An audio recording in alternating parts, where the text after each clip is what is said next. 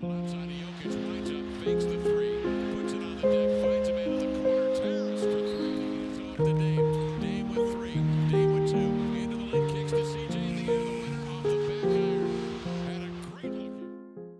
course that happened.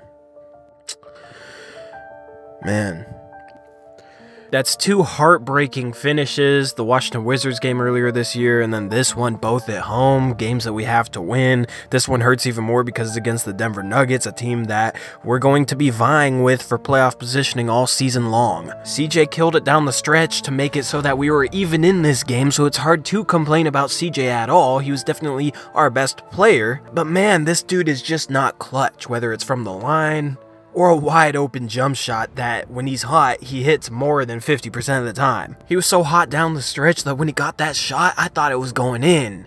And then it clanked off the rim, and it wasn't even all that close. And that's when it sunk in and I remembered CJ McCollum. He's not entirely the clutchest player in the NBA. If only it was Damian Lillard shooting that shot. If Dame was 0 for 10, I'd even have more confidence in him hitting a final shot than CJ McCollum. I mean, maybe it's just free throws, maybe it's small sample size on actual game shots like that one, but man, does he struggle during crunch time. But props to Dame for actually driving the lane against Mason Plumlee, who's a mismatch, collapsing the defense, and then kicking it out to the hot shooter and the hot player in CJ McCollum, a good shooter for a wide open shot. That was definitely the right play by Damian Lillard, and props to him for actually making the right pass on a game-winning situation, because usually he ISOs and shoots. In the preview for this game, I said that Portland was going to need to have two halves of full defensive focus and 100% energy. The first half, they had absolutely no focus and no energy, and it was just like the first half of the Orlando Magic game before it. I don't know what it is. I don't know if it's them needing to be down 10 to feel desperate enough to actually put forth 100% energy, but they shouldn't need that to kick their butts into gear. I don't know if it's because Terry Stotts' message isn't heard before the game and then they finally hear it at halftime. I don't know what it is, but the past first halves of the past two games have been absolutely terrible defensively. We fixed that for the most part in the second half, but I can't say 100% fixed because this play right here. How do you let a guy walk into a wide open three-point shot without even contesting it? It's like, oh, that's a tough shot, he's a little deep, so let's not even try and play defense because he probably won't make it. You can't let NBA players, especially NBA players that can shoot like Trey Lyles can, you can't let those guys just walk into three-point jump shots. If they don't let him shoot that ball, they win the game by 2 points. Now, things might have went a little bit differently down the stretch and they still might have lost, but that's a game changer. And that's just no effort or energy or focus or anything on defense. That drove me crazy. It's one of those plays where I wish I could teleport into one of their bodies out there just so I could run at the ball and make that shot harder on him, because at least I would have tried. Also in the fourth quarter, why could we not grab a defensive rebound? Paul Millsap was killing us on the offensive boards, and there would be 4 Blazers around one Paul Millsap, and that one Paul Millsap would get the offensive rebound. That probably lost us the game there as well. So it's not like the Denver Nuggets necessarily beat us just off their own play.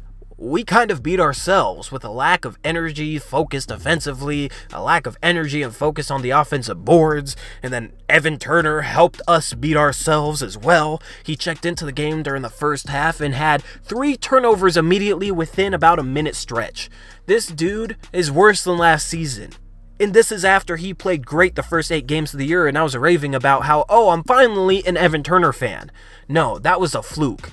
He's still who he's been his entire career, and I'm at the point where I'd say bench Evan Turner. This experiment needs to end. Right now, with Evan Turner on the court, we're getting outscored by an average of 10 points per 100 possessions for the entire season. That's terrible. With Jake Layman on the court, we're outscoring teams by about 2 points per 100 possessions. That's how bad Evan Turner is.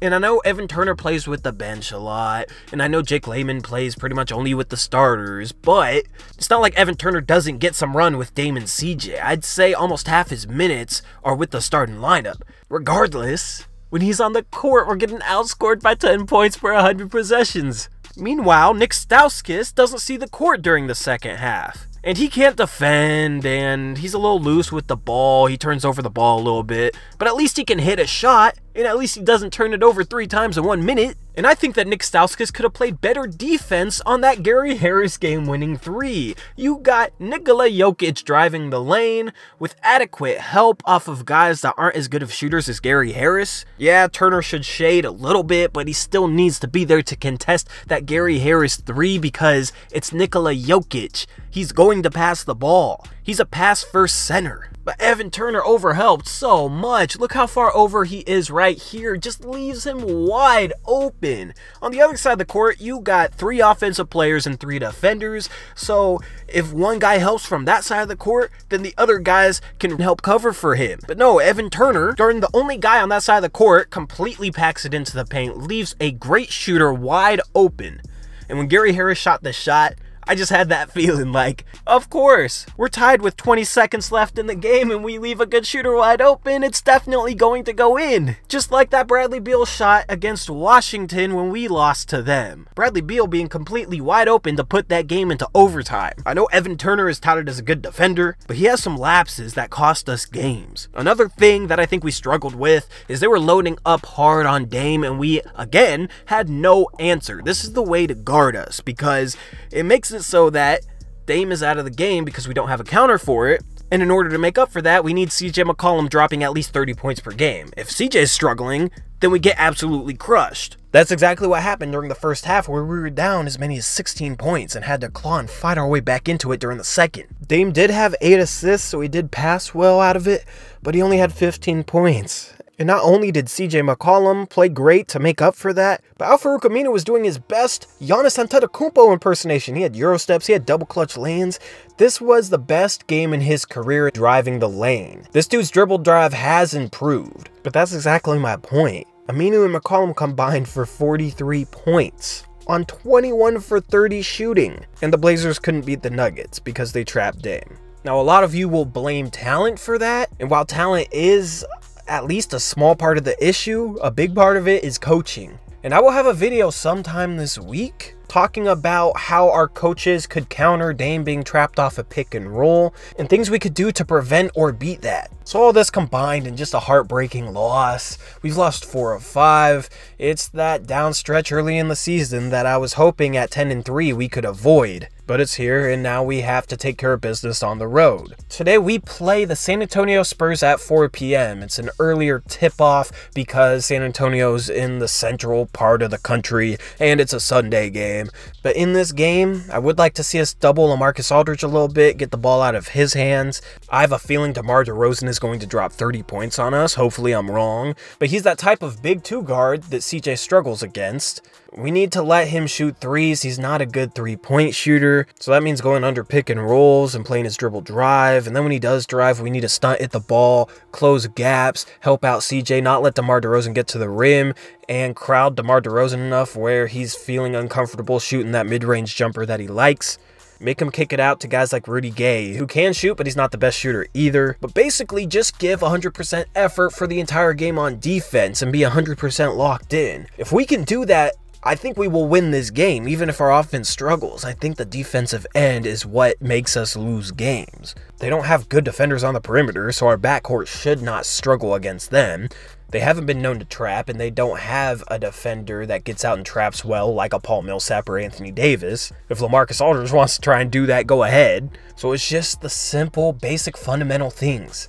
Energy, effort, hustle, focus, take care of the ball, don't make mistakes. We have to win this game mentally to win it physically. Anyway, True Blazer fans, that's all I got for now. I hope you guys have a good Sunday. Monday mailbag will be coming up tomorrow, and it might be a live stream. If it's a live stream, I'll post something on the community tab on our channel that will show up in your subscription box. If you have the bell button pressed, it might show up. If you don't have it pressed, I don't know exactly how that works, but I'll let you guys know on there. I'll also tweet it out if I'm going to go live. If not, I'll just make a normal Monday mailbag episode and I'll drop that for you guys. Hopefully we can get this dub tonight against the San Antonio Spurs. 14-9 doesn't sound too bad. 13-10 though, yikes. So that's all I got for now. Peace out, True Blazer fans. Go Blazers.